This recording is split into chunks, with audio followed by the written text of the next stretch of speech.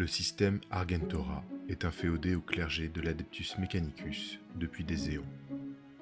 Ancien vassal de Mars, les forges d'Argentora profitent des riches ressources minières de ces nombreuses lunes minérales.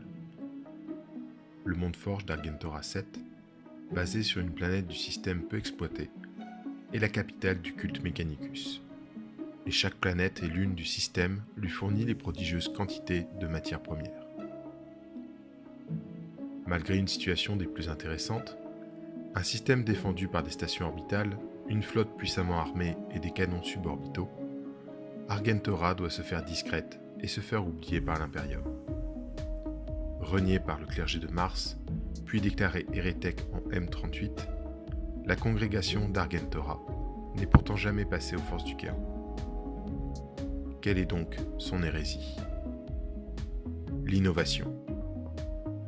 En effet, l'Adeptus Mechanicus est un culte basé sur les traditions et les coutumes, répétant inlassablement les mêmes gestes et les mêmes mantras.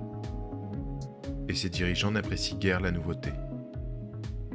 Le tech priest Gerditson, doté d'une imagination débordante et d'un goût pour la nouveauté controversée, a fait basculer le destin de son monde forge. Réfutant les dogmes de Mars, questionnant les vieilles traditions, Gerditson a su réinventer les process d'entretien et de réparation des reliques, ce qui n'était pas vu d'un très bon œil par les autorités impériales. Alors que les systèmes voisins encensaient les manufactorums d'Argentora pour les qualités de ses équipements, Gerditson et ses confrères continuèrent à percer les secrets des rites passés. Ils surent réinterpréter certains SCS, adaptant et modifiant les schémas selon leurs propres besoins. Il n'en fallut pas plus au clergé de Mars pour déclarer le monde forge hérétique et infliger un embargo. Rongé par cette injustice, Gerditson se coupa de l'Imperium, et bien qu'il continuât à protéger les systèmes humains voisins, il n'agirait plus au nom de l'Omnimessie, qui forçait ses techno-adeptes à vivre dans un obscurantisme total. Il fonda ainsi le culte du Grand Horloger, dont le but est la découverte et l'innovation technologique. Fort de cette sécession, le clergé d'Argentora se réorganisa en une nouvelle structure censée représenter ses idéaux. La hache de l'Omnimessie, objet symbolisant l'appartenance au culte Mechanicus, fut remplacée par l'aiguille du Grand Horloger, et tous les plus hauts dignitaires de la congrégation l'arborèrent fièrement. L'aiguille devint alors un emblème récurrent, et les constructions d'Argentora prirent cette direction. L'imagerie de l'horloge fut par la suite intégrée à la vie quotidienne des techno-adeptes, comme les rouages et les engrenages, attributs de leur ordre. Les forces impériales sur place durent faire un choix. Rester fidèles à l'Imperium et quitter Argentora, ou embrasser la nouvelle philosophie. Le choix ne fut évident pour personne, et le système dut faire face à une guerre civile pendant quelques années.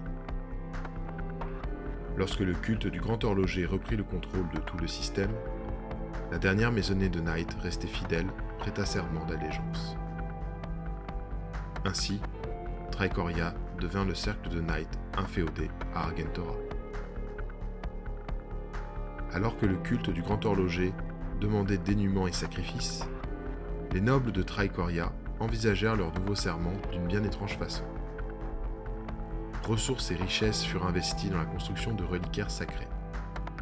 Les Knights les plus anciens devinrent des symboles de la nouvelle foi, des lieux de culte mobiles, des merveilles de métal et de pierre. L'ordre des Knighthédrales venait de naître. Gerditson restructura toute la hiérarchie du monde forge. Désormais nommé archrégent, il instaura un système d'échelons et de grades permettant a priori aux plus humbles d'accéder aux plus hautes sphères de la congrégation, s'il sait s'en montrer digne. La classification des castes fut abolie, et même les Skitarii auraient désormais accès à la connaissance, pouvant rejoindre un jour, à force de dur labeur, les rangs des tech priests. En entrant dans les ordres, le novice doit d'abord se séparer de toutes ses possessions matérielles pour embrasser sa foi. Il devient alors moine cordelier et reçoit sa dotation, qui est la même pour tous, peu importe leurs origines. Sa foi éprouvée, sur les champs de bataille ou dans les édifices de maintenance de l'ordre, le novice peut prétendre au titre de cénobite. Il a alors accès aux reliques du culte, des armes soigneusement entretenues et confiées aux plus méritants. Ensuite, le titre honorifique d'archimandrite désigne les moines dont les talents ont été remarqués par des tech-priests. Ils rejoignent alors les cohortes d'assistants d'un tech-priest. Parfois, un de ces assistants sort du lot, de par sa créativité ou ses compétences. Il devra alors suivre toute une série de tests, de rites et d'examens avant de rejoindre le cercle des tech-priests. L'inventivité des tech-priests d'Argentora crée une émulation au sein de sa congrégation.